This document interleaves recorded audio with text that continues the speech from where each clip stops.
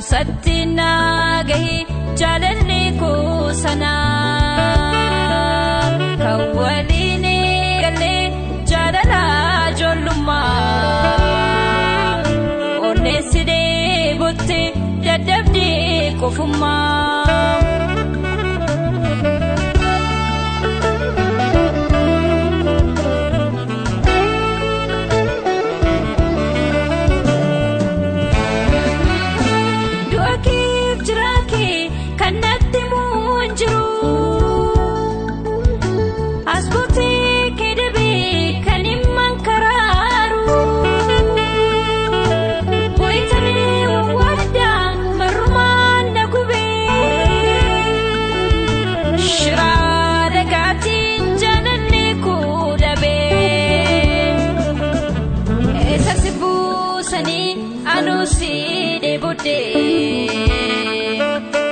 Jaalalli ijoollummaa kanan si jaalladhe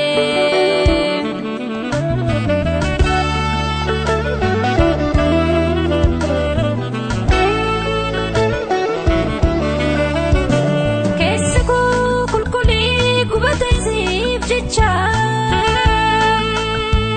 manni koos ni qorree ho'a kee barbaacha waada walii qabna kamiin dagatta ana jaalalli kee akkamiin dhagaatta dhaga'ii haal takka qalbiin naa hubadhu haqa oromummaa as ba'ii falmadhu dhaga'ii haal takka qalbiin naa hubadhu waan keessaa dabartee ol ka'ii dubbadhu.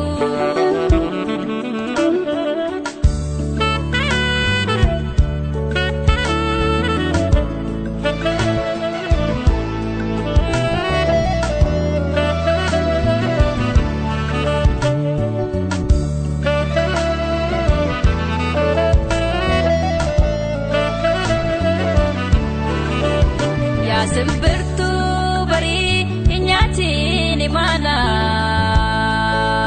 dhaamsatti naa gahi jaalalli koo sana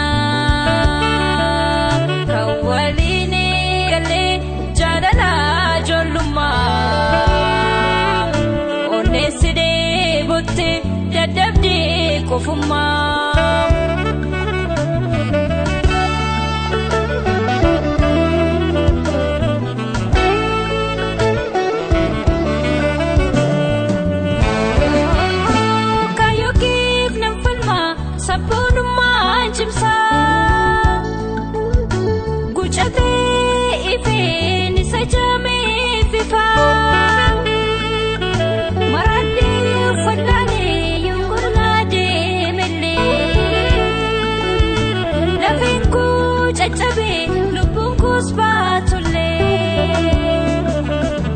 Haala kam keessatti kaayyoon hin miidhamu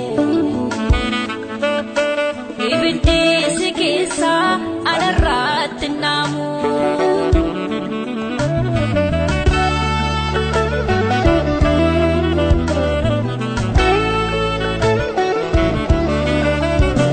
garaachi koo dhumatee hiddi dhiigaan na gubatee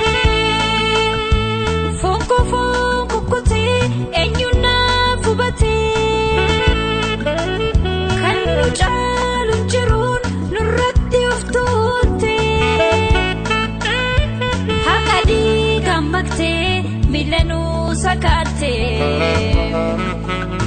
nu dirmee maayiraa dhiiganuu lolaafte wadii tokko malee haddaanuu baafte. Jechaan lammii gidiirsite daangaasiif kennamee garmalee darbite isaan jaarri badaan nama yaaduun barin